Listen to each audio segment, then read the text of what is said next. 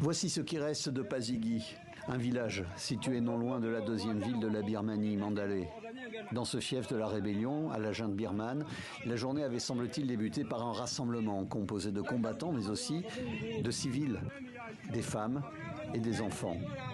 L'attaque aurait été menée sur 2 vagues, par des chasseurs bombardiers, puis des hélicoptères. Sans donner de bilan, la junte confirme. À 8 heures du matin, les rebelles ont organisé une cérémonie dans le village de Pasigi. Oui, je le confirme. Nous avons lancé l'attaque contre eux. Nous avons été informés que les PDF ont été tués lors de cette offensive. Après le coup d'État mené il y a tout juste 2 ans, les PDF, Forces de défense du peuple, s'opposent effectivement au régime birman, ce qui donne lieu, dans la région, à un violent conflit dont ce bombardement semble être l'épisode le plus meurtrier.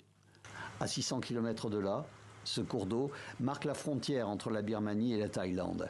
C'est ici, dans ce camp de réfugiés, que se regroupent les civils, fuyant les combats dans leur pays. 3000 d'entre eux ont été tués en 2 ans.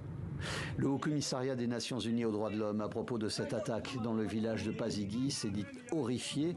Les États-Unis viennent d'appeler la junte au pouvoir à arrêter ces violences atroces. Il est certain que le régime birman ne tiendra aucun compte de ces réactions.